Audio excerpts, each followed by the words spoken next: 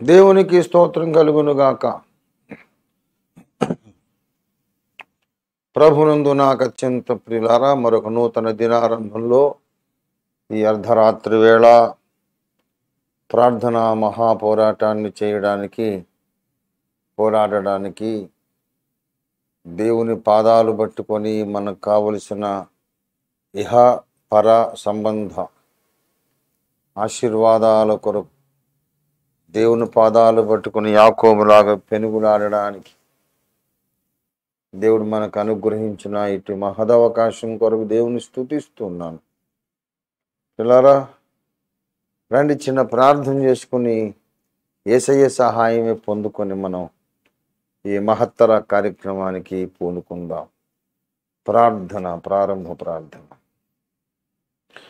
ప్రేమ కలిగిన మా మహాపరిశుద్ధ తండ్రి, జీవము కలిగిన మా మికిలి గొప్ప దేవా, ఏమీ చేతగాని వారమైన మేము సమస్తమును చేయ సమర్థుడమైన మీ పాద సన్నిధికి వచ్చామయ్యా. నీకు స్తోత్రాలు. ఇలాగ వచ్చే కృపను మీరే మాకు అనుగ్రహించారు. నీకు స్తోత్రం తండ్రి. యేసయ్యా, దిగిరండి, మాతో మాటలాడండి.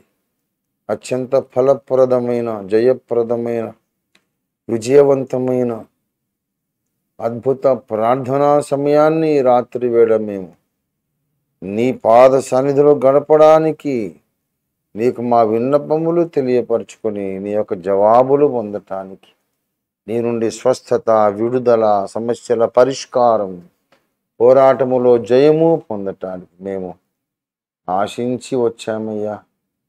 దయచేసి మాకు సహాయము చేయండి, మాతో మాట్లాడండి, నీ వాక్యం పంపించండి. యేసు పరిశుద్ధ నామములో స్తుతించి ప్రార్థిస్తున్నాము తండ్రి. ఆమేన్, ఆమేన్, ఆమేన్. దేవునికి మహిమ కలుగును గాక. హల్లెలూయా.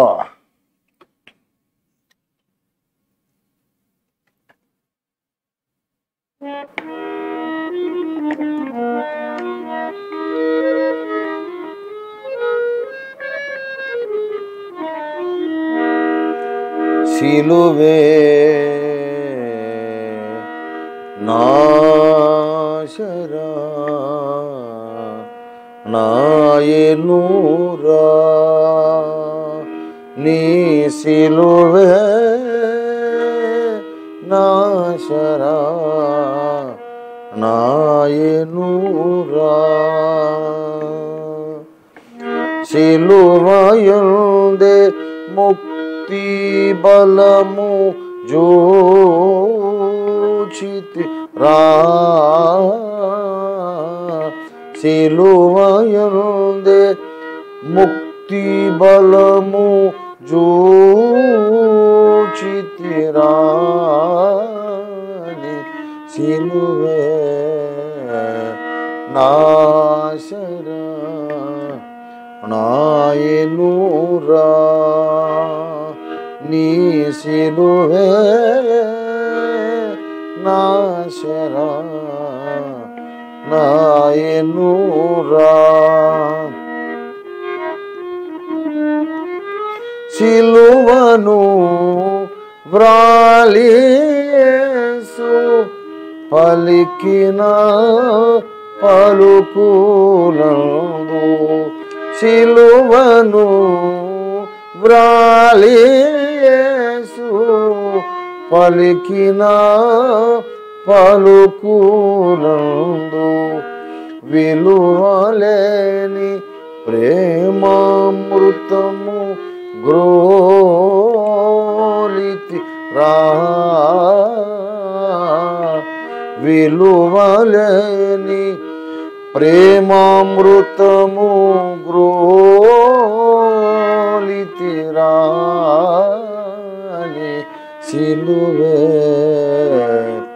నాశరా నాయనూరా, నీ సిలువే నాశరా నాయనూరా,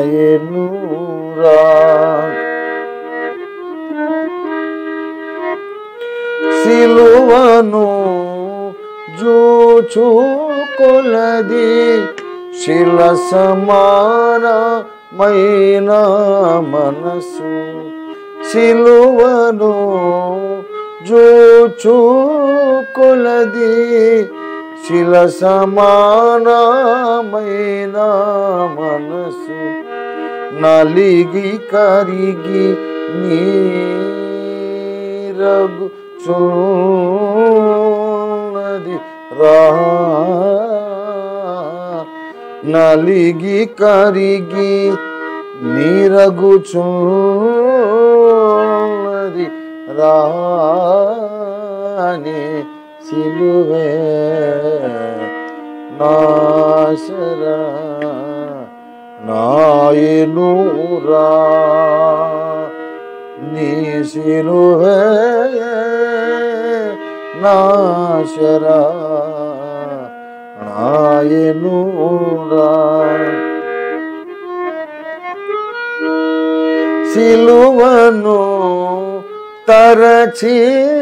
తరచితి విలువ కందగరాని నీ కృప సిలువను తరచితి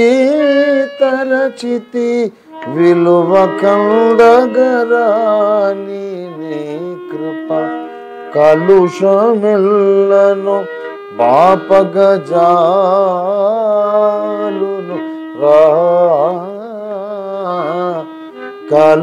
కలుషమెల్లను బాపగజాలును రాని సిలువే నాశరా నాయనురా నీ సిలువే నాశరా నాయనురా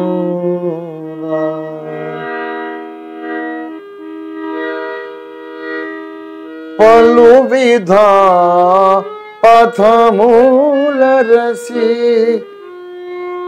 ఫలితమేమి గానలేక పలు విధ పథములరసి ఫలితమేమి గానలేక సిలువ ఎదుటను నిలచినాడను సిలువ ఎదుటను నిలచినాడను రాని సిలువే నాశరా నాయనురా శరణు యేసు శరణు శరణు శరణు శరణు నా ప్రభువా శరణు యేసు శరణు శరణు శరణు నా యేసు ప్రభువా దురిత దూరుడ నీదరి జేరితి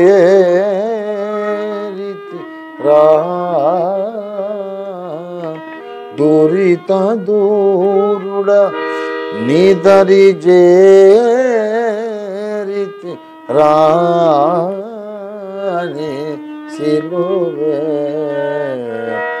నాశరా నాయనురా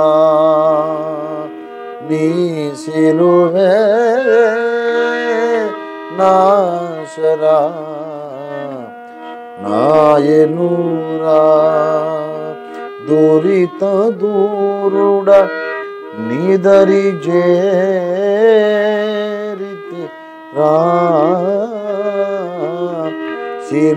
సిలువయందే ముక్తి బలము జూచితి రాని సిలువే నాశరా నాయనురా నీ సిలువే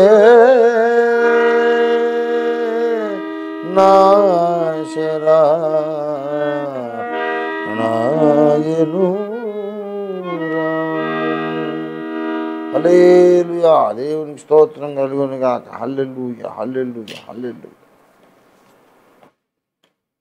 చాలా మధురమైనటువంటి ప్రార్థనా గీతము, సాక్ష్య గీతము, కన్ఫెషనల్ సాంగ్,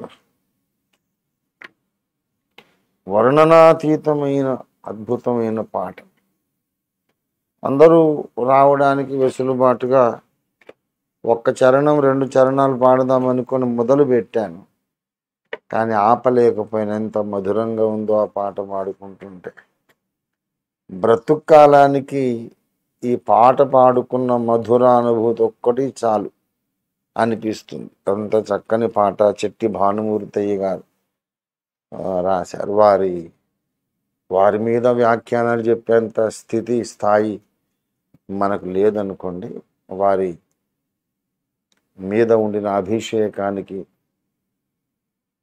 వారి యొక్క అద్భుతమైన తలాంతుకు, వారి యొక్క అద్భుతమైనటువంటి సమర్పణకు, వారి జీవిత సాక్ష్యానికి నివాళులు అర్పిస్తూ ఉన్నాం.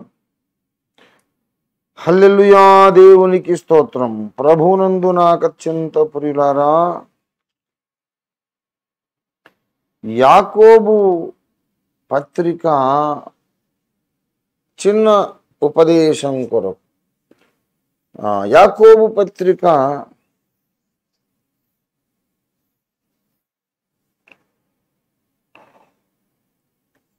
5వ అధ్యాయం 13వ వచనం మాత్రమే, మొదటి సగభాగం మాత్రమే చదువుకుందాం. దయచేసి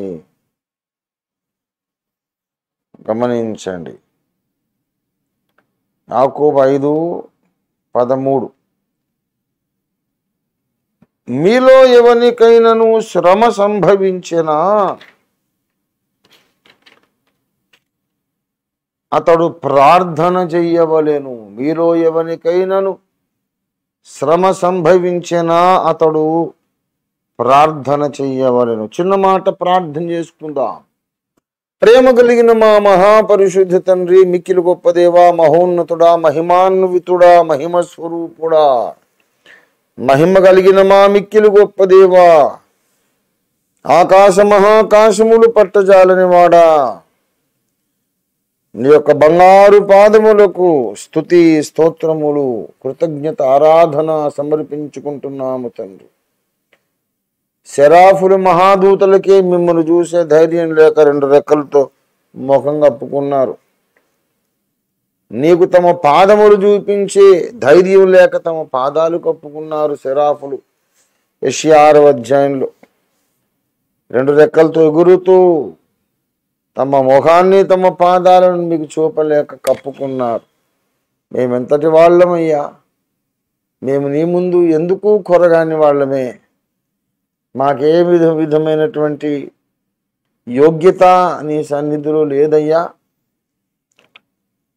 అయితే అసలు మేము పుట్టి ఉండకూడదు, కానీ పుట్టేశాం. అది మా చేతిలో లేదయ్యా. ఇప్పటిదాకా బ్రతికేశాం, మీరు బ్రతికించారు. ఏదో మీరు మా కళ్ళు తెరిచారు కాబట్టి మాకు నువ్వు రక్షకుడు అని అర్థమైంది. అయ్యా, మీరు మాకైతే రక్షణ భాగ్యం ఇచ్చారు, నీకు స్తోత్రం. మేము యోగ్యులమని కాదు, నీ పట్ల ఉన్న ప్రేమతో, మా హృదయంలో నీ పట్ల ఉన్న కృతజ్ఞత, భక్తి, ఆరాధన, దీనిని బట్టి ప్రభా మేము నీ కొరకు ఏదైనా చేయాలని తాపత్రయపడే వాళ్ళమే తప్ప ఏది చేయగల సమర్థులం కాదు. ఏదో చేయాలని తపన, కానీ ఏది చేత కానీ అసమర్థత మాకున్నది. యేసయ్యా దిగిరండి, మహాదేవుడవు నాయన. పురుగు వంటి యాకోబు అని పిలిచి ఆ పురుగుతోనే పెనుగులాడడానికి దిగివచ్చి ఆ బోకురేవు దగ్గర ఎలా పెనుగులాడేవు, అదే నీ కృపా కటాక్షములను ఇప్పుడు మా ఎడలో చూపించండి. మేము చిన్న పురుగులమే కావచ్చయ్యా, నువ్వు మహాకాశములు పట్టజాలని దేవుడు. ఆ పురుగు వంటి యాకోబుతో పెనుగులాడడానికి వచ్చావు. ఈ రాత్రి రండి, మా దగ్గరికి రండి. మీ పాదాలు మాకు దొరకాలి, మీ పాదాలు మేము పట్టుకోవాలి. యేసయ్యా నేను నిన్ను పోనివ్వను అనగలిగే అవకాశం మాకు ఉండాలి. అటువంటి విలువైన ప్రార్థన సమయాన్ని మాకు ఇవ్వండి. అది నీ కృపచేతనే ఇస్తే తప్ప మాకు దక్కదు, మాకు దొరకదు. అయ్యా మాకు తెలుసయ్యా, నీ చిత్తము లేనిది, నీ కృప లేనిది మేము ప్రార్థన కూడా చేయలేము. కనుక మిమ్మల్ని పిలుస్తున్నాం, మహిమ మీరే పొందుకోనండి. స్వామి, నీ ప్రాణమును, మీ రక్తమును మా కొరకు కల్వరి శిలువలో ధారపోసి నిత్య నరకాగ్ని నుండి నన్ను మమ్మల్నందరినీ రక్షించి తప్పించి విడిపించిన గొప్ప దేవుడు, నీ పని కోసం భూమి మీద మమ్మను కొంచెమైనా వాడుకోమని యేసునామంలో ఈ ప్రార్థనా పరిచర్య కొరకు మమ్మను బలపరచమని యేసయ్య నామంలో స్తుతించి ప్రార్థిస్తున్నాము తండ్రి. ఆమేన్, ఆమేన్, ఆమేన్. హల్లెలూయా. ప్రభునందు నాకు అత్యంత ప్రియులారా, ప్రసంగ ప్రారంభము, క్లుప్త సందేశ ప్రారంభము దయచేసి అందరూ కూడా చాలా జాగ్రత్తగా వినాల్సిందిగా మనవి. 1 గంట కల్లా ముగిస్తాను. 1 గంట నుండి 3:15 వరకు మనం ప్రార్థనలో గడుపుదాం. యాకోబు పత్రిక చివరి అధ్యాయములో చివరి అంశముగా ప్రార్థనను భక్తుడు ప్రస్తావిస్తున్నాడు. పరిశుద్ధాత్మ దేవుని నడిపింపు చేత. మరలా చెబుతున్న ఈ స్టేట్మెంట్, ఇది చాలా ఇంపార్టెంట్. ప్రారంభ వ్యాఖ్య ఏ ప్రసంగానికైనా opening statement is very important. Yakobu పత్రిక చివరి అధ్యాయములో పరిశుద్ధాత్మ దేవుని స్పష్టమైన, అద్భుతమైన, అమోఘమైన ప్రేరేపణను బట్టి దీర్ఘదర్శి అయినటువంటి యాకోబు, ఆయన దీర్ఘదర్శి అనాలి, లేకపోతే లేఖనాలు రాయలేడుగా. యేసయ్య తమ్ముడే ఈయన, కానీ ఆదాము కొడుకు. యేసయ్య రక్షించాడు. దీర్ఘదర్శి అని యాకోబు పరిశుద్ధాత్మ దేవుని యొక్క బలమైన ప్రేరేపణ చేత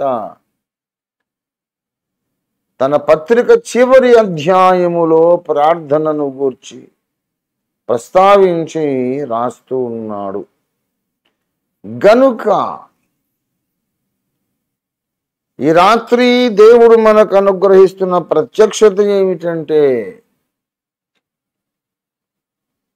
యేసయ్య ఈ భూమి మీద ఉన్నప్పుడు, శరీరధారిగా జీవించినప్పుడు, విసుగక నిత్యము ప్రార్థించండి, ఎడతెగకుండా ప్రార్థించండి అని మనకు ఆజ్ఞ ఇచ్చాడు. యాకోబు భక్తుడు అలా మనం ప్రార్థన చెయ్యాలంటే మనం ఎలాంటి లక్షణాలు కలిగి ఉండాలో తన పత్రికలో చెప్పాడు. యాకోబు పత్రిక యొక్క main central message, main thrust of the epistle of James is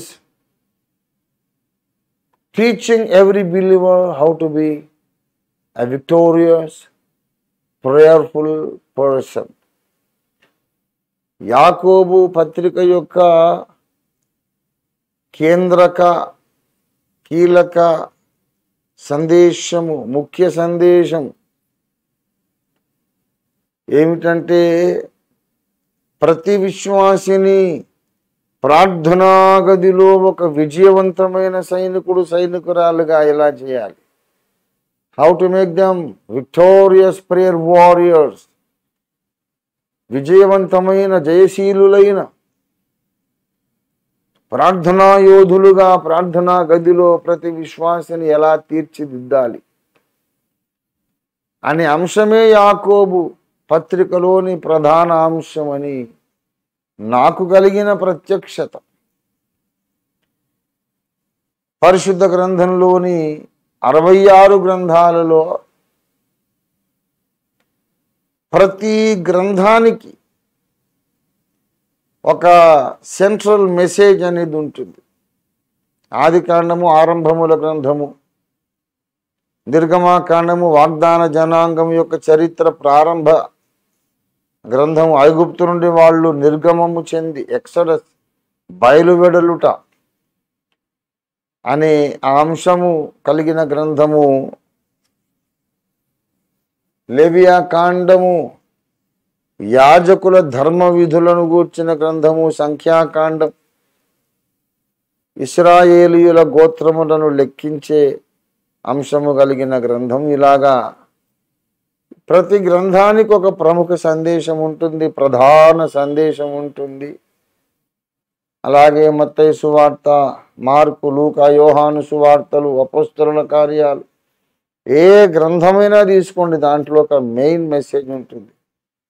ఇంకా సైడ్ ఇష్యూస్గా చాలా చాలా ఉంటాయి, కానీ ముఖ్యమైన థ్రెడ్ ఆఫ్ మెసేజ్ ఒకటేదో ఉంటుంది.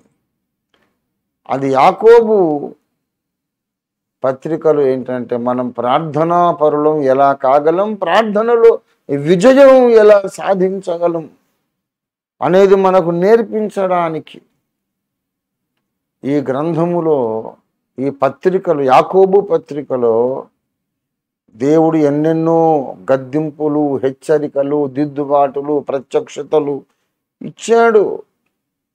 ఆ కోణంలో యాకోబు పత్రికను చదవాలి. ప్రార్థనా పరులనుగా మనల్ని చేయడానికే చెప్పబడింది ఈ పత్రిక సందేశం అనే కోణంలో యాకోబు పత్రిక నుండి ప్రసంగాలు చేయాలి, ధ్యానము చేయాలి, పత్రికను వ్యాఖ్యానించాలి. అప్పుడు అద్భుతమైన మేళ్లు మనం పొందగలుగుతాము. చక్కని వజ్రాల గని యాకోబు పత్రికే కాదు, అసలు ఏదైనా బైబిలే పెద్ద వజ్రాల కొండ, వజ్రాల గని.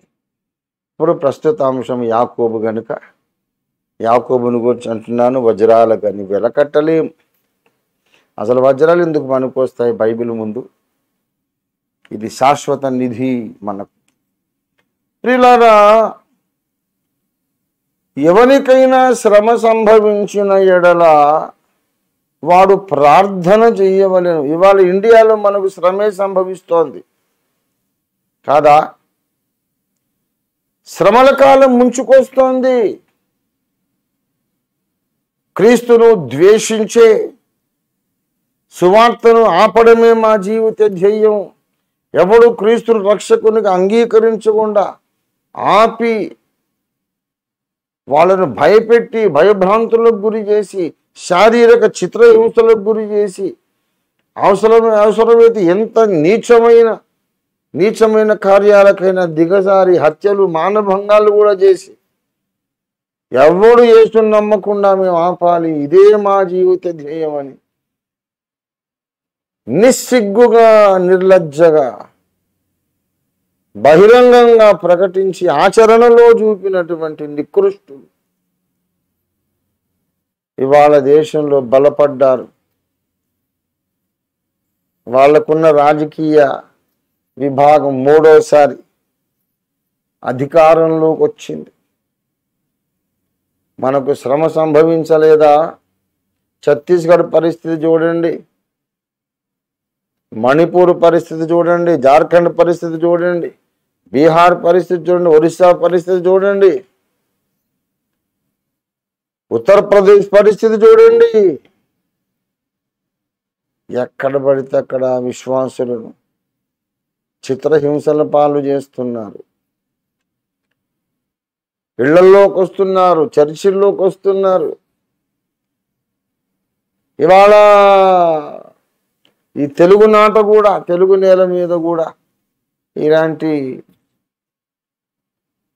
పాతాళ లోకపు శక్తుల ప్రభావం ప్రభుత్వాల మీద పడింది. పర్మిషన్ లేని చర్చిలన్నీ చూస్తారట. పర్మిషన్ లేని చర్చిలు ఎన్ని అని వీళ్ళు గణాంకాలు, స్టాటిస్టిక్స్ వీళ్ళు దర్యాప్తు చేస్తూ ఉన్నారు. అవును, పర్మిషన్ లేనటువంటి ఇతర మతాల ప్రార్థనాలయాలను కూడా అలాగే చేస్తారా? పర్మిషన్ లేని చర్చీలు ఉన్నాయి, పర్మిషన్ లేని మసీదులు ఉన్నాయి, పర్మిషన్ లేకుండానే కట్టుకున్న గురుద్వారాలు ఉండొచ్చు. కానీ వీటన్నిటికంటే ఎక్కువ పర్మిషన్ లేని టెంపుల్సే కదా ఎక్కువ ఉన్నాయి. అన్ని మతాలకు అందరికీ సమాన న్యాయము, చట్టం అందరికీ సమానమే కదా. ఒక హత్య అనేది తప్పు. క్రైస్తవుడు హత్య చేసినా అతనికి అదే దండన విధించాలి.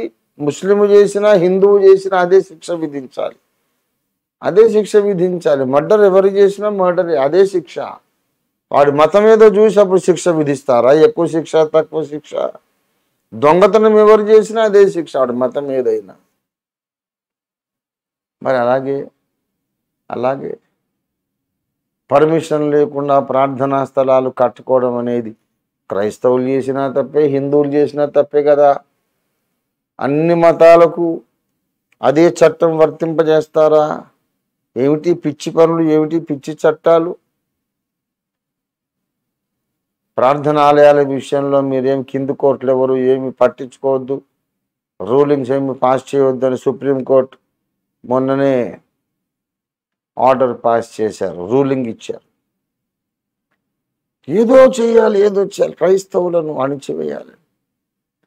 క్రైస్తవులను చూసి భయపడుతున్నది ఇప్పటి సమాజం, ఈ దేశం, ఈ యంత్రాంగం, ఈ వ్యవస్థ. ఎవళ్ళు ఎన్ని రకాలుగా అణిచివేసిన చాప కింద నీరులాగా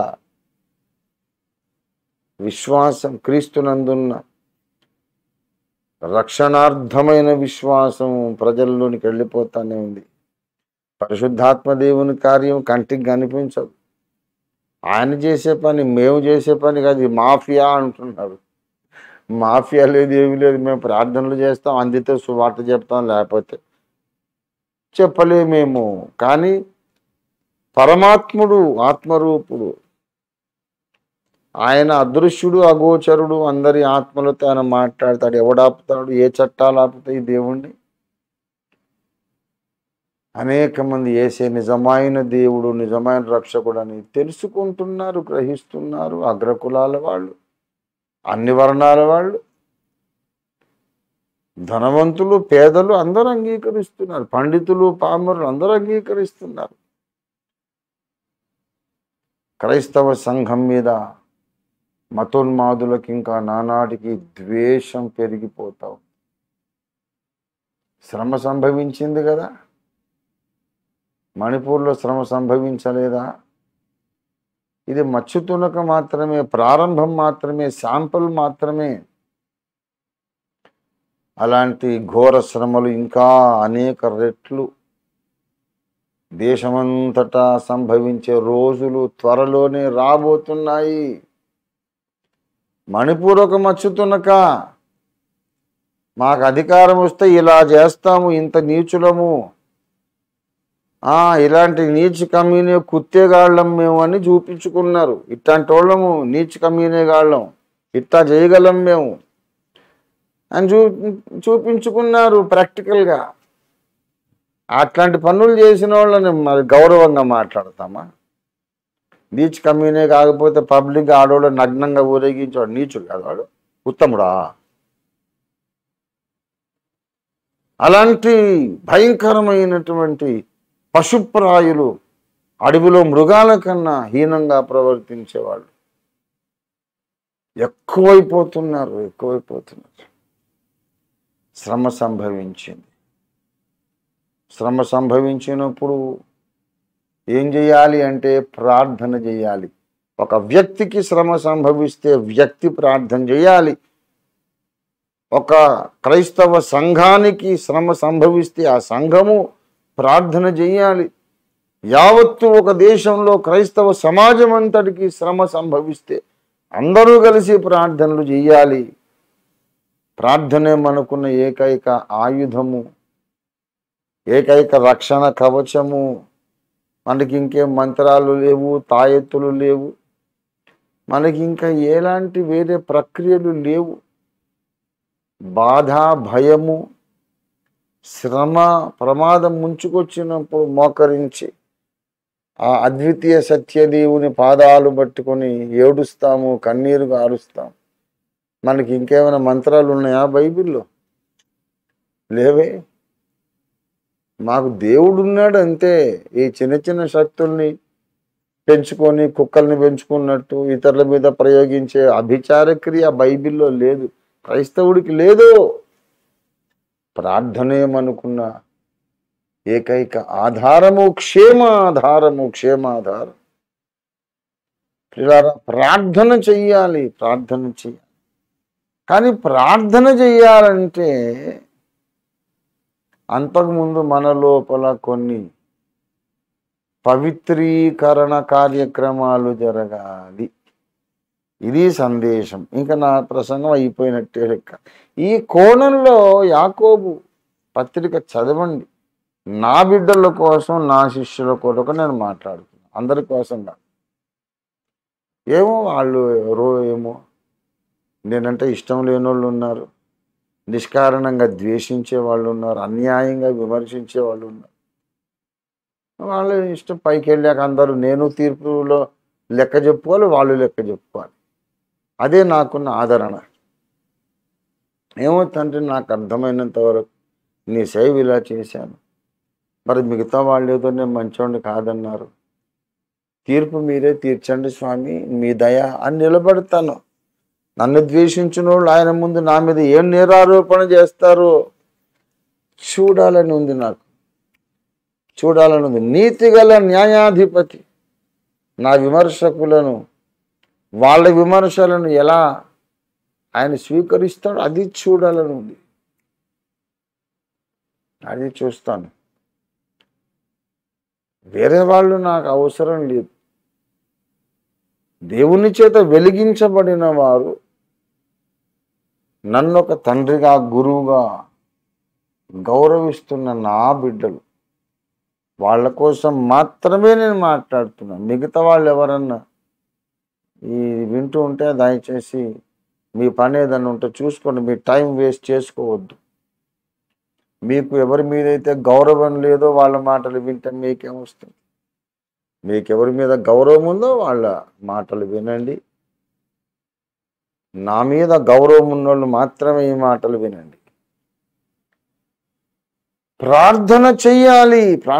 ఇక్కడ ప్రార్థన చేయవలెను అని 13వ అధ్యాయంలో 13వ వచనంలో, యాకో 5:13 వచనంలో, శ్రమ సంభవిస్తే ఎవరికైనా శ్రమ సంభవిస్తే వాడు ప్రార్థన చేయాలని చెప్పి 17వ వచనంలో మళ్ళీ ఏలియా మనవంటి స్వభావం గల మనుష్యుడే, అతడు ప్రార్థన చెయ్యగా అంటాడు. అంటే main thrust of the message of the epistle of James is to teach us how to pray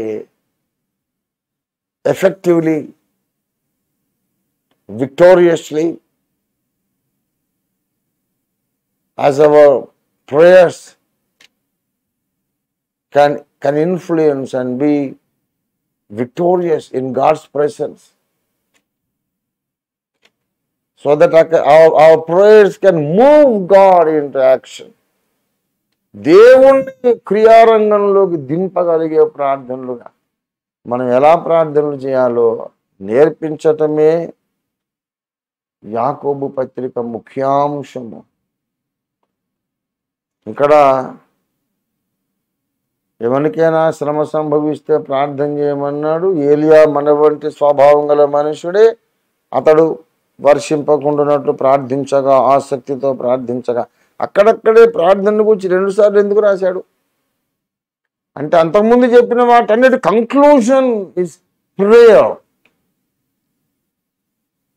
అన్నిటి యొక్క ముక్తాయింపు, అన్నిటి ముగింపు, కంక్లూజన్ మనకు ప్రార్థన నేర్పడం. ప్రియులారా,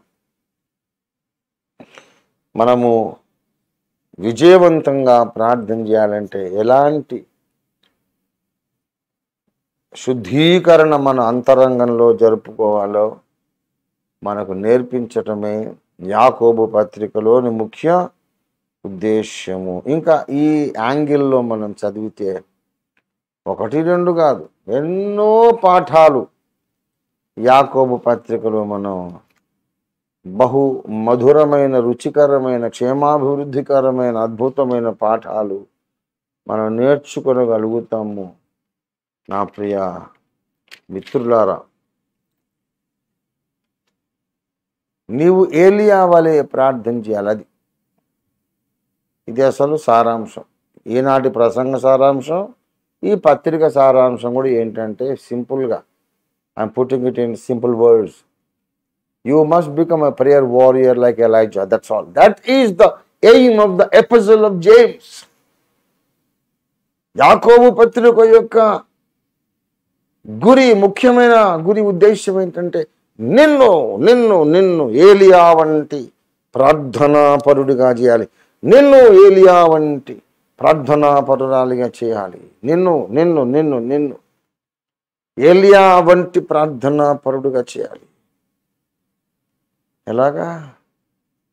ఎలాగండి? ఏలియా లాంటి ప్రార్థన పరుడు ఎలాగవుతాం మనం? ఇదిగో అంతకు ముందున్నటువంటి హెచ్చరికలన్నిటిని మనం ధ్యానము చేసి ఆచరణలో పెట్టాలి. ఇంకా ఎన్నో విషయాలు దాని మీద గ్రంథం రాస్తే పోరాడండి కన్నా, విశ్వ చరిత్ర కన్నా పెద్ద గ్రంథం అవుతుంది. మీకు అంచనా కొరకు చెప్తున్నా. పోరాడండి కంటే పెద్ద గ్రంథం అవుతుంది. దానికి అంతు పరిమితి లేదు. సకల సంపూర్ణతకు పరిమితి కలదు. నీ ధర్మోపదేశం అపరిమితమైనది కదా. అసలు series of studies, series of lessons ఈ యాకోబు పత్రిక మీద చెప్పాలనుకున్నాను. కొంతకాలం మీద ఎన్నో అనుకున్నాను. ఆయన చిత్తమే నెరవేరుతుంది. నా సొంత తలకాయ, నా ఉద్దేశాలు నెరవేరవు కదా. ఆయన నడిపించిన ప్రకారం ఎప్పుడు ఏ ఆదివారం, ఏ ఊళ్ళో, ఏ సభలో, ఎక్కడ, ఉదయం సాయంత్రం ఏది మాట్లాడాలో ఆన్ ద స్పాటే ప్రభు బయలుపరిచి మాట్లాడించుకుంటున్నాడు తప్ప నేను సిద్ధపరచుకున్న సిలబస్ అయితే ఈనాటి వరకు నేను ఎప్పుడు ఎక్కడ చెప్పలేకపోయాను. అందుకు నాకు గొప్ప సంతృప్తి, సంతోషం కూడా ఉంది. పిల్లారా, ప్రార్థనాపరుడివి కావాలి. ఏలియా వంటి ప్రార్థనాపరుడివి కావాలి అంటే మొదటి అధ్యాయంలో 12లో చెప్పిన ప్రకారం శోధన సహించగలగాలి. ఏలియా లాంటి ప్రార్థనాపరుడివి కావాలంటే అస్థిరుడుగాను ఉండకూడదు. 7-8 అట్టి మనుషుడు ద్విమనస్కుడై తన సమస్త మార్గములు యందు అస్థిరుడు గనుక ప్రభు వలన తనకి ఏమైనా దొరుకునని తలంచుకొనరాదు. ఏమండి, నేను మళ్ళీ చెప్తున్నా చూడండి. మీకు ఎవరికైనా అనుమానం ఉంటే ఇప్పుడు చూడండి. అయ్యగారు యాకోబుని గురించి ఇట్లా చెప్తున్నాడు ఏంటి అని అనుమానం ఎవరికైనా ఇప్పుడు వచ్చినా తర్వాత వచ్చిన వాళ్ళ కొరకు చెప్తున్నా. యాకోబు మొదటి అధ్యాయంలో 5వ వచనములో అతడు దేవుని అడుగవలెను అన్నాడు. అంటే ప్రార్థించాలి. ప్రార్థించినప్పుడు ఎలా ప్రార్థించాలి? 6లో ఏమాత్రము సందేహింపక విశ్వాసముతో అడగాలి. అటువంటి వాడికి ధారాళముగా అనుగ్రహించబడుతుంది. కనుక ఇక్కడ పత్రిక ప్రారంభములో దేవుని అడుగుటను గూర్చి ప్రస్తావించబడింది. దేవుని అడిగి పొందుట. 4వ అధ్యాయంలో 2వ వచనం, మీరు దేవుని అడగనందున మీకేమీ దొరకడం లేదు అని మాట్లాడుతున్నాడు. మొదటి అధ్యాయంలో అడుగుట, 4వ అధ్యాయంలో అడుగుట, 5వ అధ్యాయంలో అడుగుట. మీకేమనిపిస్తుంది? ఇన్నిసార్లు అడుగుట. యాకోబు పత్రికను వ్రాయించుటలో పరిశుద్ధాత్మ దేవునికున్న ప్రధాన ఉద్దేశం to make an Elijah out of each one of us. ప్రతి ఒక్కరిలో ఒక ఎలైజాను, ఏలియాను తయారు చేయాలి. ఎంత మహోన్నత సంకల్పం దేవునికి నీ మీద ఉన్నది, నా మీద ఉన్నది. ఎంత కృతజ్ఞులమై ఉండాలి, ఎంత ఆనందభరితులమై ఉండాలి, ఆనంద పరవశులమైపోవాలి. యేసయ్యా అలాగే చెయ్యయ్యా, నన్ను ఏలియాలాగా నన్ను చేసే, నన్ను చెక్కు తండ్రి, నేను లోబడతాను, నాకు చాలా ఇష్టం ఏలియాలాగా కావడం అని రాత్రి మనం ప్రతిష్ఠించుకుందాం, దేవునికి అప్పగించుకుందాం. ప్రభునందు ప్రియులారా, మరి ఏలియాలాగా మనం ఉండాలంటే అక్కడికి దారి ఏదో, రూట్ ఏదో చూపిస్తున్నాడు. ఏలియా వంటి ప్రార్థనా పరులు ఎప్పుడు కూడా మనుషుల ముందు వాగుడు కాయలు కాదు, వాగుడు కాయలు కాదు. 1:19 ప్రతి మనుష్యుడును మాటలాడుటకు నిదానించువాడై ఉండాలి, వినుటకు వేగిరపడాలి. You must be more willing and inclined to listen than to speak out. వినాలంటే ఎక్కువ ఆసక్తి నీకు ఉండాలి, మాట్లాడడానికి నీకు ఎక్కువ ఆసక్తి ఉండకూడదు. ఇది ప్రార్థనాపరుడి లక్షణం. దేవుని సన్నిధిలో మోకరించి ఎక్కువగా మాట్లాడేవాడు మనుషుల ముందు తక్కువ మాట్లాడతాడు. ఇది గుర్తుపెట్టుకోండి. దేవుని సన్నిధిలో విస్తారంగా మాట్లాడేవాడు మనుషుల ముందు అతిగా మాట్లాడాడు, మౌనం పాటిస్తాడు, అత్యవసరమైతే తప్ప మాట్లాడాడు. దేవుని ముందు విస్తారంగా మాట్లాడేవాడు మనుషుల ముందు తక్కువ మాట్లాడతాడు. మనుషుల ముందు విస్తారంగా చాటర్ బాక్స్ అంటారు వాడిని, వాగుడుకాయ, చాటర్ బాక్స్. ఒకటి టరటరమని వాగేవాడు. ప్రార్థన గదిలో చాలా క్లుప్తంగా ఉంటాడు వాడు, చాలా సంక్షిప్తంగా ప్రార్థన చేస్తాడు. అక్కడ దొరకవు మాటలు. ఇంకేం ప్రార్థన చేస్తాం, ఎంతసేపు చేస్తాం, ఏంటి చేసింది చాలే అనిపిస్తుంది. నువ్వు దేవుని ముందు విస్తారంగా ప్రార్థించేవాడు కావాలంటే మనుషుల ముందు నీ మాటలు తగ్గించుకోవాలి. ఎస్. తర్వాత వినుటకు నువ్వు ఎప్పుడు ఇష్టపడాలి. దేవుడు మాట్లాడినా, భక్తులు మాట్లాడినా వినడానికి ఆశ నువ్వు చూపాలి. తర్వాత కోపమును కంట్రోల్లో ఉంచుకోవాలి. 19వ వచనం మొదట యాకోబు 1:19 అండి. కోపాన్ని అదుపు చేసుకోలేనోడు ప్రార్థన చేసిన దండగే. వాడు చేయలేడు, వాడు ఎప్పటికీ ఏలియా కాలేడు. కోపించుటకు నిదానించాలి. నీకు నీ సొంత కోపం మీద సెల్ఫ్ కంట్రోల్, ఆత్మ నిగ్రహం లేకపోతే నీ ప్రార్థన ఎటో వెళ్ళిపోతుంది, పైకైతే వెళ్ళదు. ఎక్కడికి వెళ్ళిపోతుంది? పాతాళానికో, ఆ సముద్ర గాధంలోకో ఎటో వెళ్ళిపోతుంది, దిగంతాలకు ఎటో వెళ్ళిపోతుంది. నీ ప్రార్థన నేరుగా స్ట్రైట్గా పైకి వర్టికల్ లైన్ గీసినట్టు పైకి నీ ప్రార్థన ధూపం వెళ్ళాలంటే నీవు ముక్కోపివై ఉండొద్దు. కోపము ఎక్కువ ఉన్నవాడి ప్రార్థన దేవుడు వినడు. ఇంకెన్ని రకాలుగా చెప్పమంటారు? ఇంకొక ఆధారం కూడా చూద్దాం. 1 తిమోతి పత్రిక 2వ అధ్యాయం 8వ వచనం. 1 తిమోతి 2:8. కావున ప్రతి స్థలమందును పురుషులు కోపమును సంశయమును లేని వారై పవిత్రమైన చేతులెత్తి ప్రార్థన చేయవలనని కోరుచున్నాను. కోపము సంశయము 2 ప్రార్థనను పాడు చేస్తాయి. యాకోబు పత్రికలో కూడా చెప్తాడు, 1వ అధ్యాయము 6లో సందేహింపక అడుగవలెను.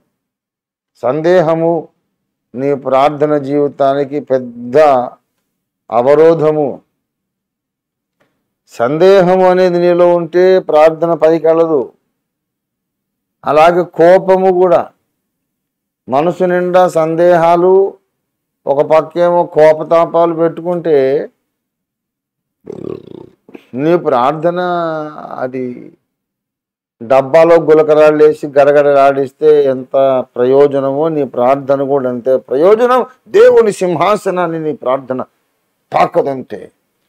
Your prayer cannot touch the throne of God if you have no control over your anger. You must practice self-control and composure of your mind. నీవు చాలా కంపోజ్డ్గా ఉండాలి. కొంతమందికి ఏదన్నా కొంచెం తేడా వస్తే బుస్సుమని కోపం వచ్చేస్తుంది. ఇంకా వరస్ట్ ఏంటంటే ఆ బుస్సుమని కోపం రావడం అది వాడు నెలలు అట్టకి పెట్టుకుంటాడు. అసలు వచ్చిన కోపంలోనే న్యాయం లేదు, ఆ కోపంలోనే లాజిక్ లేదు. ఆ తర్క విరుద్ధమైన కోపాన్ని ఏండ్లు వాడు పెంచి పోషించుకుంటుంటాడు. ఇంకేం ప్రార్థన చేయగలడు? ఆ న్యాయవంతుడైన దేవుడు ఎలా వింటాడు? ఇవన్నీ హెచ్చరికలు ఎందుకు రాశాడు? ఈ హెచ్చరికలు యాకోబు భక్తుడు ఇవన్నీ మీరు దిద్దుకుంటే అప్పుడు ఏలియా అనేవాడికి కనీసం ఒక అడుగు దూరంలోనికైనా మీరు రాగలుగుతారు. ఏలియా ప్రార్థన చేశాడు, నేను ప్రార్థన చేస్తున్నా, అద్భుతం జరగాలని అనుకుంటాం మనం. నువ్వు ఏలియా అయితే కదా అంటాడు దేవుడు. మన క్యారెక్టర్ క్యారెక్టర్ మౌల్డింగ్ మీద దేవుడు ఎక్కువ దృష్టి పెట్టాడు. జరగాల్సిన కార్యక్రమాలు ఎలాగూ జరుగుతాయి. నీ బ్రతికేలాగా నిత్యత్వంలో నీ స్థానం ఎక్కడా? ఏమైపోతావు నువ్వు పరలోకంలో? అది ముఖ్యం దేవుని దృష్టిలో. ప్రియులారా, అలాగే 26 ఎవడైనా తన నోటికి 1:26 చెప్తున్నా, మొదటి అధ్యాయమే ఇంకా మాట్లాడుతున్నా. యాకోబు 1:26 ఎవడైనా నోటికి కళ్ళెం పెట్టుకోకపోతే వాడి భక్తి వ్యర్థం. అంటే ప్రార్థన కూడా వ్యర్థమే. నాలుక జాగ్రత్త, అడ్డగోలుగా మాట్లాడేవాడు ప్రార్థన చేస్తే ఆ మహాదేవుడు వినడు. నాలుక మీద కంట్రోల్ సంపాదించుకోవాలి, కోపం మీద కంట్రోల్ సంపాదించుకోవాలి, అదుపు. ఇలాగా ఇంకొకటి, మనుషులలో హెచ్చు తగ్గులు ఉన్నవని పాటించి అందరినీ సమాన ప్రేమతో, సమాన గౌరవంతో, సమాన దృష్టితో చూడలేని వాళ్ళ ప్రార్థన దేవుడు వినడు. ఇది ఇంకొక మహత్తరమైన పాఠం. యాకోబు 2వ అధ్యాయం 2 ఎలాగనగా బంగారు ఉంగరము పెట్టుకుని ప్రశస్త వస్త్రములు ధరించుకొని ఒకడు మీ సమాజ మందిరములోనికి వచ్చినప్పుడు మురికి బట్టలు కట్టుకున్న దరిద్రుడును లోపలికి వచ్చిన ఎడల మీరు ప్రశస్త వస్త్రాలు ధరించుకున్న వాడిని చూసి సన్మానించి నీవు ఇక్కడ మంచి స్థలం ముందు కూర్చుండమని చెప్పి ఆ పేదవానితో నీవు అక్కడ దూరంగా నిలబడు బాబు అని చెబితే, మీ మనసుల్లో భేదములు పెట్టుకొని మీరు దురాలోచనతో విమర్శ చేసిన వారు అగుదురు కాదా? దేవుని సమాజంలో హెచ్చు తగ్గులు ఉండకూడదు. వాడు ధనికుడా, పేదవాడా, లేకపోతే వాడి స్టేటస్ ఏమిటి, మంచి బట్టలు కట్టుకున్నాడా, చింకిపాతలు కట్టుకున్నాడు, దానిని బట్టి మనుషులను ఎక్కువ గౌరవించడం, తక్కువ గౌరవించడం అనేది దేవుని దృష్టికి అసహ్యమైన క్రియ. దేవుడు అసహించుకునే మనస్తత్వం. అలాంటి మనస్సు కలిగిన వాళ్ళతో దేవుడు సహవాసం చెయ్యడు, వాళ్ళ ప్రార్థన దేవుడు ఆలకించడు. ప్రియులారా, కనుక ఇన్ని కల్మషాలు మనం కడుక్కోవాలి. అలాగే 2:14 క్రియలు లేని విశ్వాసము మృతము అనే సంగతి చెబుతున్నాడు. 2:14 నుండి 26 దాకా అదే లెసన్. క్రియలు లేనప్పుడు ఏమి లాభం? విశ్వాసం ఉన్నది, క్రియలు లేకుండా ఉంటే ఏమి లాభం? అంటే హృదయము నిండా, గుండెల నిండా విశ్వాసం ఉన్నది కానీ అది క్రియారూపంలో నేను చూపించను అనే వాళ్ళ ప్రార్థన దేవుడు ఆలకించడు. ఇది ఇంకొక పాఠం. ప్రియులారా, మరి ఇలాంటి అనేకమైన పాఠాలు ఉన్నాయి. మీరు తర్వాత పరిశోధించుకోవాల్సిందిగా మీకు మనవి. ఎక్కువ సమయం నేను తీసుకొని ముగించుకుంటాను. ఇంకొక మాట మాత్రం దేవుడు చెప్పమన్నాడు. ఆ మాట చెప్పేసి ముగిస్తాను. యాకోబు పత్రిక 2వ అధ్యాయము 10వ వచనం. యాకోబు 2:10.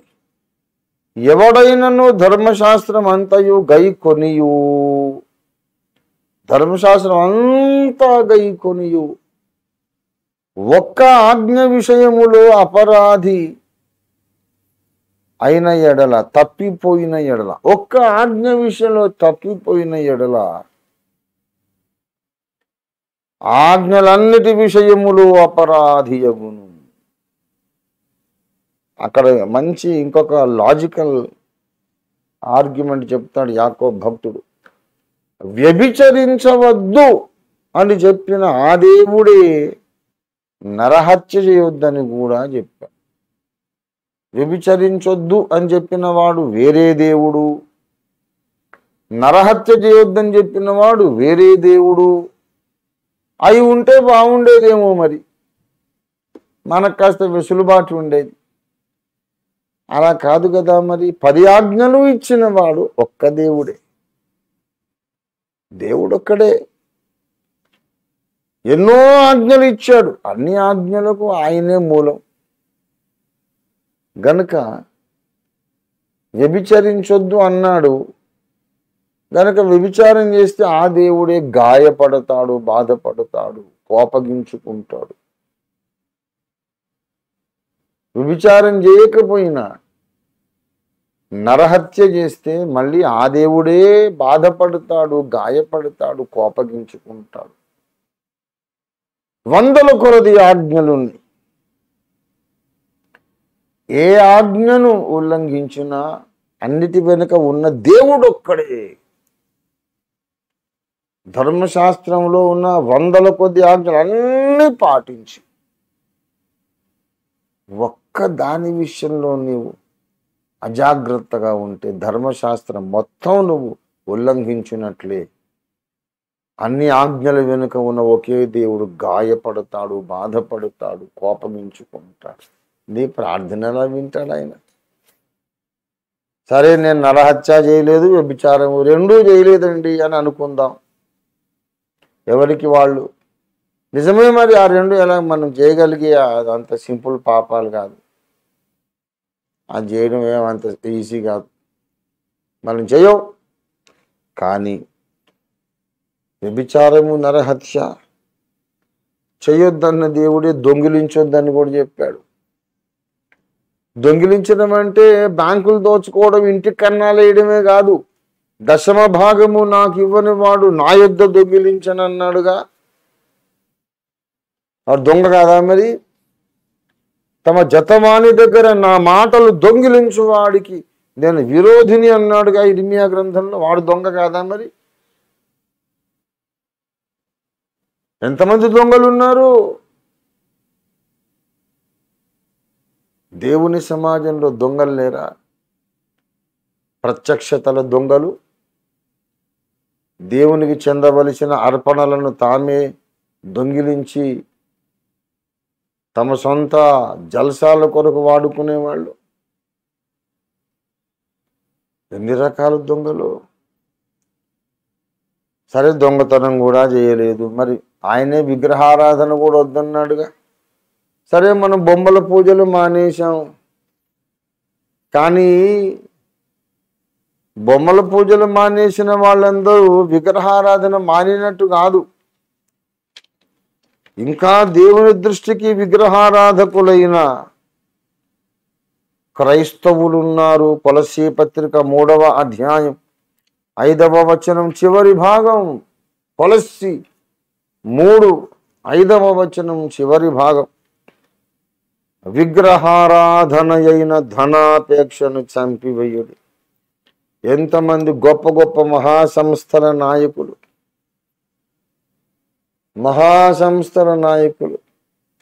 ధనాపేక్ష కలిగిన వాళ్ళు.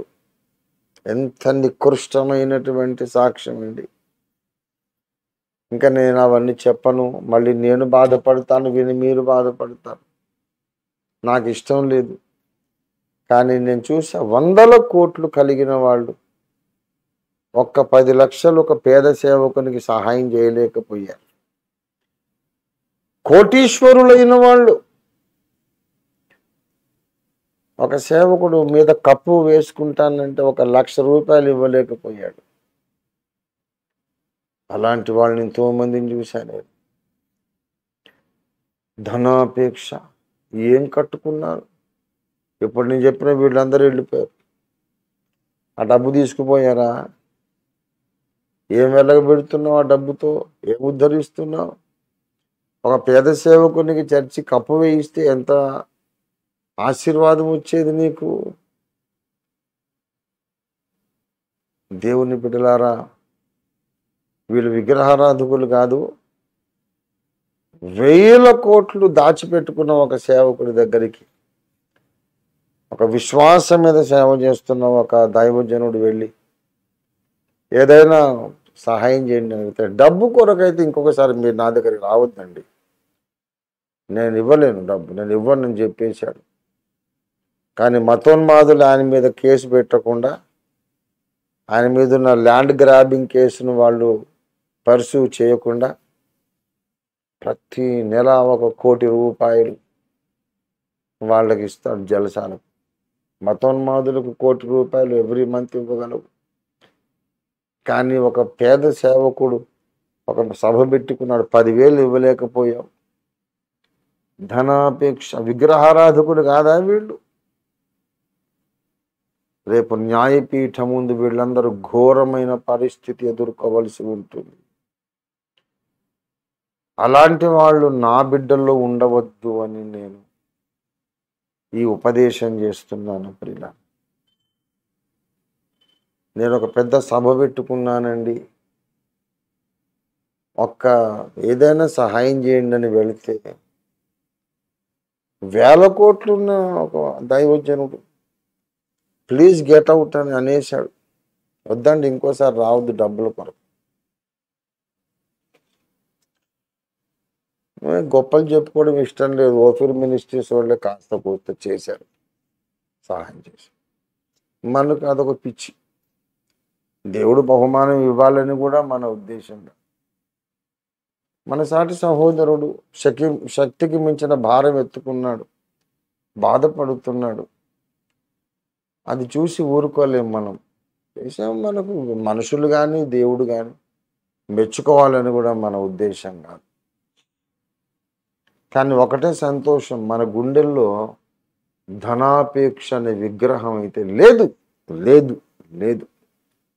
అదే నాకు సంతోషం. నాకేం బాధ అనిపించలే. బ్రదర్ డోంట్ వరీ, నేను చేస్తాను, నాకే లేదు, నాకే దిక్కు లేదు, నేను చేస్తానన్నాను.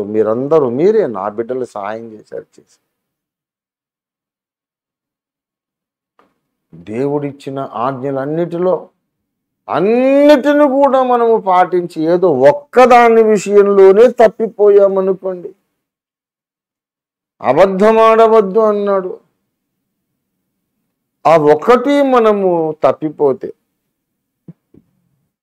అబద్ధం మనం ఆడినా, అబద్ధ వార్తను మనం ప్రచారం చేసినా, వ్యభిచారం చేసినట్టు, నరహత్య చేసినట్టు, విగ్రహారాధన చేసినట్టు, అన్నీ చేసినట్టు. అదేమిటంటే మరి అవన్నీ వద్దన్న దేవుడు కదా ఇది కూడా వద్దన్నాడు. గనుక ప్రార్థించేవారు దేవుణ్ణి దుఃఖపరిచినటువంటి బ్రతుకులతో దేవుని ముందుకు వస్తే, ఆయన కూడా నీలాంటి నాలాంటి సెంటిమెంట్స్ ఉన్నటువంటి ఒక వ్యక్తి అండి. ఆయన కంప్యూటర్ కాదు, ఏటీఎం మెషిన్ కాదు. ఆయన ఎవడైతేనేమి ఆ పిన్ నెంబర్ సరిగా కొడితే చాలు, అడిగింది ఇచ్చేస్తాను. నాలో ప్రోగ్రామ్ చేసినటువంటి ప్రోగ్రాం ప్రకారం, ఫీడ్ చేసిన ప్రోగ్రాం ప్రకారం పిన్ నంబర్ మ్యాచ్ అయితే వాడి బ్యాలెన్స్లో అకౌంట్ డబ్బులు ఉంటే ఎంత ఇవ్వాలంత, లేకపోతే సారీ నో ఇనఫ్ బ్యాలెన్స్ అని ఏదో చెప్పేస్తుంది డిస్ప్లే. దానికి సెంటిమెంట్స్ ఉండవు, ఫీలింగ్స్ ఉండవు, మనోభావాలు ఉండవు, బాధలు ఉండవు. దేవుడు అటువంటి మనోభావాలు, బాధలు, ఫీలింగ్స్ లేనటువంటి ఒక బండరాయి కాదు, మెషిన్ కాదు. దేవుడు కొన్నిసార్లు హర్ట్ అవుతాడు. కొన్నిసార్లు ఏంటి, మన జీవితాల్లో అనేక విషయాల్లో మనం తొట్టిల్లుచున్నామన్నాడు ఇదే యాకోబు భక్తుడు 3వ అధ్యాయంలో. మరి అన్నిసార్లు ఆయన బాధపడుతున్నాడుగా. మనం అనేక విషయాల్లో తొట్టిల్లుచుంటే అన్నిసార్లు ఆయన బాధపడుతున్నాడు కదా. ఆయన బాధ పెట్టేసి మళ్ళీ ఆయన దగ్గరకు వచ్చి అడిగితే ఎలా ఇస్తాడు? ఎలా ఇస్తాడు? మీరెక్కడో నన్ను గురించి దూషణగా మాట్లాడి అవమానంగా నన్ను అవమానపరిచి, కించపరిచి, నీచపరిచి, నన్ను ఇన్సల్ట్ చేసి మాట్లాడేశారు. నేను కళ్ళారా చూశాను, చెవులారా విన్నాను, నేను వింటున్నానని మీకు తెలియక మాట్లాడేశారు అనుకోండి. తర్వాత మీరు నా ఇంటికి వచ్చి, అయ్యగారు 10,000 సహాయం చేయండి, మా అమ్మాయి ఫీజు కట్టాలి, అదేంటే నేను ఒకవేళ చేస్తానేమో,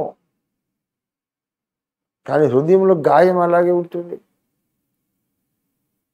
నేనైతే చేస్తానేమో, ఎందుకంటే అమ్మాయి ఫీజు అంటున్నారు, అబ్బాయి ఫీజు అంటున్నారు. నా దగ్గర ఉంటే పోనీ ఆ పాప ఏం తప్పు చేసింది, వీడు కదా తప్పు చేశాడు అనుకుంటానేమో.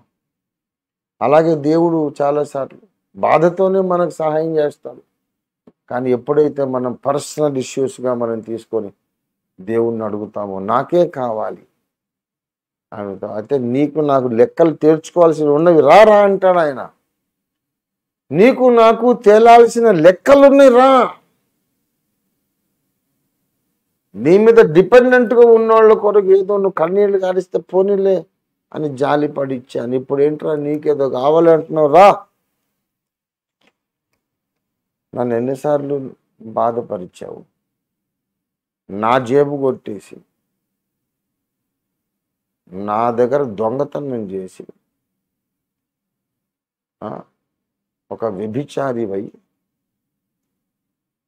అలాగే ఒక అబద్ధ సాక్ష్యం పలికి, నాకు ఇవ్వాల్సినటువంటి ఆరాధ్య స్థానాన్ని డబ్బుకి ఇచ్చి విగ్రహారాధన ధనాపేక్ష కలిగి ఉండి, ధర్మశాస్త్రంలో 100 ఆజ్ఞలు ఉల్లంఘించి 100 సార్లు నా గుండెలో బాకుతో పొడిచి ఇప్పుడు వచ్చావు ఇవ్వమని ఎలా ఇవ్వాలరా, నాకు లేవా ఫీలింగ్స్ అంటాడు. గనుక మనము బలమైన ప్రార్థన దండు కావాలి. మనలో ప్రతి ఒక్కొక్కరు ఏలియాలము కావాలి. కొన్ని 100 మంది ఏలియాలను ప్రార్థనలో మోకరింపజేయాలనేది నా జీవితకాల ఆశయం, నా జీవితాశయం. దేవుడు నాకు ఇచ్చిన దర్శనం. ప్రార్థనలో అందరినీ ప్రార్థన పెట్టేసి మోకాళ్ళు నుండి చేయండి ఏం చేస్తే ఏంటి చేస్తాడు వాడు ప్రార్థన? దేవుని చిత్తం ఏంటో తెలుసా? దేవునితో సమాధాన పడ్డాడా? కోపం మీద అదుపు వచ్చిందా వీళ్ళకి? నాలుక మీద అదుపు వచ్చిందా వీళ్ళకి? ప్రార్థన చేయండి. అన్నిటికంటే ఉత్తమమైన పని ప్రార్థన. కానీ ఏలియా వలె ప్రార్థన చేయాలంటే మన వ్యక్తిత్వంలో, మన స్వభావంలో, మన ప్రవర్తనలో ఉన్న కొన్ని కల్మషాలను మనం కడిగేసుకోవాలి. అలాగ మనం కడుక్కోవాలి. నేను, మీరు, సర్వ ప్రపంచంలోని క్రైస్తవ విశ్వాసులందరూ కడుక్కోవాలి. సందేహం ఉండకూడదు, ద్విమనస్సు ఉండకూడదు, హెచ్చు తగ్గులు మనుషుల్లో అందరికీ సమాన గౌరవం ఇవ్వకుండా హెచ్చు తగ్గులు చూపించే నీచ మనస్తత్వం ఉండకూడదు. దేవుని ఆజ్ఞల్లో మనకు తెలిసి, ఈ మాట జాగ్రత్తగా కాన్షియస్గా వాడుతున్నా చూడండి, మనకు తెలిసి మనం ఏ ఆజ్ఞను ఉల్లంఘించామనే ఆ చరిత్ర మనకు ఉండకూడదు. ఏదైనా ఉల్లంఘిస్తే తెలియక, అవుట్ ఆఫ్ ఇగ్నరెన్స్, తెలియక చేసి ఉండొచ్చు అని అంటే ఆయన క్షమిస్తాడు. తెలిసి, ఆ ఆజ్ఞ ఉన్నదని తెలిసి వద్దొద్దని మనస్సాక్షి గోల పెడుతున్నా సరే, పరిశుద్ధాత్మ దేవుడు అంతరంగంలో ఘోష పెడుతున్నా సరే, బరి తెగించి నువ్వు చేసినటువంటి దుర్మార్గమైన క్రియ దేవుడు గుర్తుపెట్టుకున్నాడు. నువ్వు పశ్చాత్తాపపడి మారు మనసు పొంది, నువ్వు మారు మనసు పొందావన్న సంగతి దేవునికి కూడా నమ్మకం కలిగించకపోతే నీ ప్రార్థన ఇక్కడే ఉంటుంది. పైకి వెళ్ళదు, అది కిందికి వెళ్తుంది. కనుక మనం ప్రార్థనా పరులం కావాలి, ఏలియాలము కావాలి. ఎవడైనా తన నోటికి కళ్ళెం పెట్టుకోకపోతే వాడి భక్తి వ్యర్థం, అంటే ప్రార్థన కూడా వ్యర్థమవుతుంది. యాకోబు మనల్ని ఇవన్నీ, ఈ స్టెప్స్ అన్ని కూడా చూపిస్తూ మెట్టుగా ఎక్కిస్తూ ఆఖరి పై మెట్లో పీక్ పాయింట్, హైయెస్ట్ స్టెప్ మీద ఏలియాను మన ముందు పెట్టాడు. ఏలియాను అంతకుముందు యోబును కూడా చూపించాడు. యోబు, అబ్రహాము, ఈ భక్తులను చూపించాడు. దేవుని బిడ్డలారా, మనం ప్రార్థనా పరులము కావాలంటే దేవుని ముందు మన ప్రార్థనకు విలువ ఉండాలంటే, దేవుని ముందు మన ప్రార్థనకు విలువ ఉండాలంటే మనము జాగ్రత్తగా మన వ్యక్తిత్వాన్ని కట్టుకోవాలి. అలాంటి వాళ్ళు ఒక 120 మందిని మనం చేయగలిగితే మళ్ళా మేడగది ప్రార్థనా కూటం మళ్ళీ పెట్టొచ్చు. దేశము, ప్రపంచము, భూమండలం, విశ్వం గడగడలాడిపోతుంది. గగనం చేల్చుకొని యెహోవా దేవుడు దిగొస్తాడు. ఐగుప్తు దేశ సంచారం చేసినటువంటి యెహోవా దేవుడు ఇవాళ భూమండల సంచారం చేస్తాడు. ఐగుప్తు దేవతలకందరికీ తీర్పు తీర్చినటువంటి ఆ విశ్వనాథుడు ఈవేళ ఈ లోకంలోని సువార్త విరోధ శక్తులందరికీ తీర్పు తీరుస్తాడు. అలాంటి గొప్ప ప్రార్థన మనం చేయాలండి. దేవుడు చెప్పమన్నాడు, చెప్పాను. నాకు తెలుసా చెప్పండి, ఆయన చెప్పమన్నాడు, నేను చెప్పాను. నా శిష్యులే కదా అని ఫ్రీగా మాట్లాడేశాను. దేవుడు చెప్పమన్నాడు, అందుకే ముందే చెప్పాను. నా శిష్యులు కానోళ్ళు దయచేసి వేరే పని ఉంటే వెళ్ళిపోండి బాబు అని చెప్పాను. మీరు నేను ఇప్పుడు మనకే ఇది పరిమితం. ఏలియాల మౌదాం, ఏలియా లాంటి బలమైన ప్రార్థన చేయడానికి మన వ్యక్తిత్వ లోపాలన్నీ కూడా దిద్దుకుందాం. దయచేసి అందుకొరకు సహాయం అడుగుదాం దేవుణ్ణి. ప్రార్థన చేసుకున్నాం, రండి ప్రార్థన చేసుకున్నాం. ఇంతటితో ముగిస్తున్నాను. కమాన్, let us start praying right now.